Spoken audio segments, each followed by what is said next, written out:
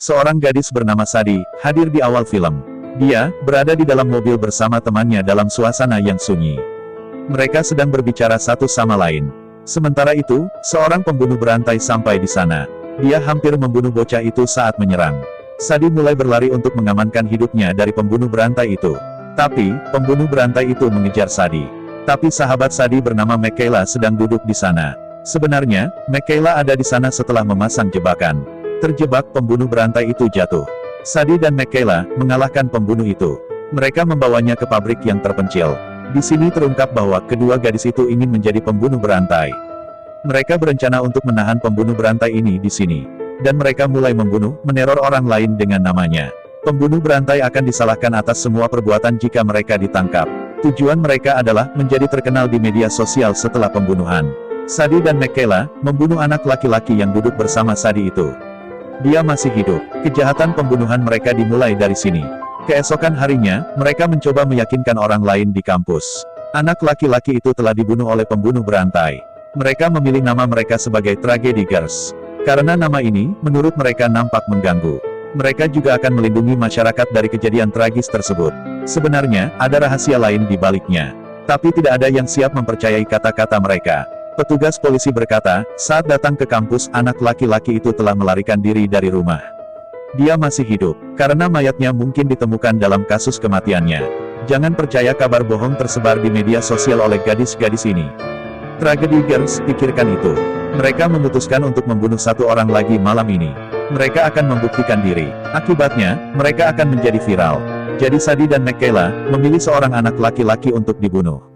Dan dia adalah teman Michaela. Mengendarai sepeda, anak laki-laki itu pergi bertamasya di malam hari. Dan Michaela mengejarnya di dalam mobil. Michaela mencoba menabrak sepedanya dengan mobilnya di kegelapan malam. Bocah itu mulai mengemudikan sepeda dengan cepat untuk mengamankannya. Di sisi berlawanan, Sadi sudah memasang jebakan untuknya.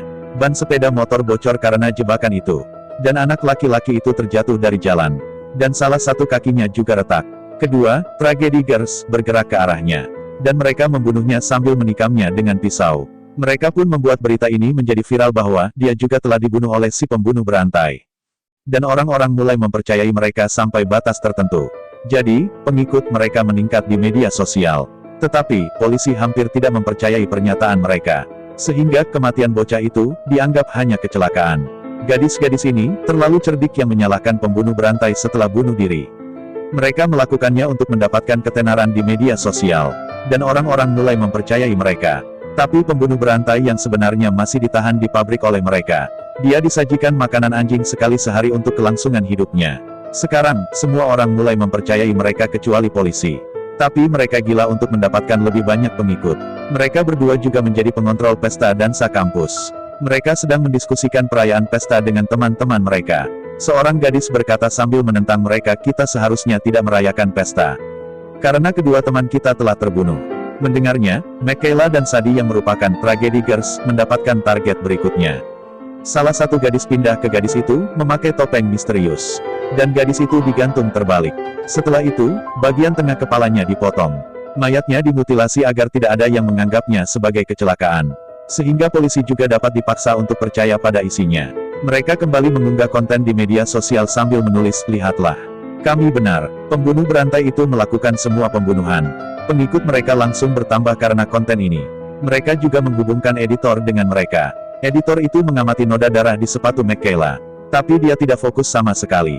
Diadakan pertemuan untuk mengenang pembunuhan para korban ini. Di mana siswa berpidato. Seorang pemadam kebakaran menyampaikan pidato yang luar biasa. Dia berkata, kami akan mencari pembunuhnya setelah bersatu. Semua terkesan dengan pidatonya. Ada tepuk tangan yang bagus untuk mendorongnya. Di malam hari, petugas pemadam kebakaran sedang berolahraga di gym. Tragedy Girls juga membunuhnya, datang ke sana. Karena Tragedy Girls tidak menyukai pernyataan yang diucapkannya dalam pidatonya. Tengkoraknya muncul karena jatuh dari bench press yang berat. Di malam hari, pembunuh berantai mencoba membuat kesalahpahaman antara gadis-gadis Tragedy. Dia memprovokasi Michaela, Sadi sendiri ingin terkenal. Karena dia adalah gadis yang terobsesi pada diri sendiri. Michaela mulai mencurigai Sadi. Pengikut mereka mencapai 105, membuat konten berikutnya viral. Karena mereka telah menyatakan bahwa petugas pemadam kebakaran juga telah dibunuh oleh pembunuh berantai. Artinya, konten yang mereka berikan terbukti benar. dan pembunuhan juga menjadi viral di seluruh kota bersamaan dengan itu.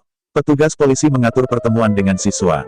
Michaela memposting foto mayat petugas pemadam kebakaran ke semua pengikut ketika petugas polisi sedang menyampaikan pidatonya.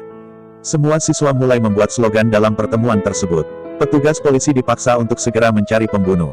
Rapat harus diberhentikan di tempat. Pembunuh berantai melepaskan dirinya pada malam yang sama. Keluar dari pabrik, dia mengambil nyawa seorang wanita. Mayat wanita itu digantung dengan tiang. Semua orang terkejut di atas semua tragedi Girls. Mereka terpaksa berpikir, kami tidak mengakhirinya, jadi siapa pembunuhnya? Mereka mengerti, pembunuh berantai telah melepaskan dirinya. Di malam yang sama, editor mencuri ponsel Michaela. Karena dia sudah mulai mencurigai Michaela. Suatu kali dia melihat noda darah di sepatu Michaela. Dia juga menyaksikan Michaela dalam pertemuan tersebut saat memposting foto petugas pemadam kebakaran. Saat tragedi Girls, tahu editor itu mulai mencurigai mereka. Kemudian mereka berencana untuk menjadikan editor itu sebagai korban.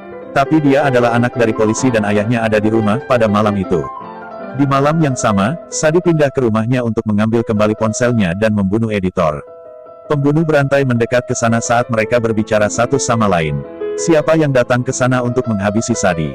Awalnya, dia menyerang editor lalu mengejar Sadie. Ayah editor yang merupakan petugas polisi, menembakkan senjatanya ke pembunuh berantai. Jadi pembunuh berantai harus melarikan diri dengan enggan. Petugas polisi mengira bahwa Sadie telah menyelamatkan editor putranya, membahayakan nyawanya. Jadi dia memujinya di antara orang-orang keesokan harinya, memuaskannya. Michaela iri dari Sadie, menyaksikan popularitasnya yang meningkat. Ada kontroversi antara tragedi Girls. Ada pesta dansa malam ini. Jadi Sadie pergi ke pesta dengan editor. Sedangkan Michaela menjadi partner dari si pembunuh berantai. Sehingga dia bisa membunuh Sadie bersama orang lain. Setelah itu, pesta dimulai. Michaela pergi ke pesta setelah membunuh gurunya. Kedua, tragedi Girls mulai bertengkar, naik ke atas. Kemudian pembunuh berantai juga mendekat ke sana. Dia berkata kepada Michaela, jangan pernah berpikir bahwa saya akan menemani Anda. Sementara Anda telah merendahkan saya, mengikat saya dan menawarkan saya makanan anjing. Dia datang ke sana untuk membunuh mereka berdua. Tapi Michaela mengakhiri pembunuh berantai saat menembak dengan senjatanya, tergeletak di dekatnya. Ada lagi ikatan persahabatan antara kedua sahabat. Kemudian mereka mencegah editor menghalangi, menggantungnya. Mengunci semua pintu, seluruh bagian tengah dibakar. Mereka meninggalkan pusat dengan melakukannya. Semua siswa dibakar sampai mati di sana. Hanya mereka yang selamat. Karena mereka telah menjadikan konten ini viral sehingga tidak keluar dari bahaya untuk bergabung dengan pesta. Jadi, jaga dirimu tetap aman. Itu sebabnya, polisi tidak meragukan mereka. Mereka berbohong bahwa mereka terlambat bergabung dengan pesta. Ada semburan api saat kami sampai di sana. Sudah terlambat. Berpura-pura benar, mereka memanggil petugas pemadam kebakaran dan polisi di sana. Sekarang mereka berhasil dalam rencana mereka. Mereka sudah cukup mempopulerkan. Apalagi, mereka mulai menjadi panutan orang lain. Media elektronik menawarkan mereka untuk merekam biografi mereka. Tapi, mereka adalah karakter jahat dalam kenyataan. Petugas polisi sedih atas kematian putranya. Jadi, dia menawarkan pengunduran dirinya. Kedua, tragedi Girls tersebut mengupload video mereka di media sosial. Hidup mereka mengambil giliran baru dan film juga selesai di situ.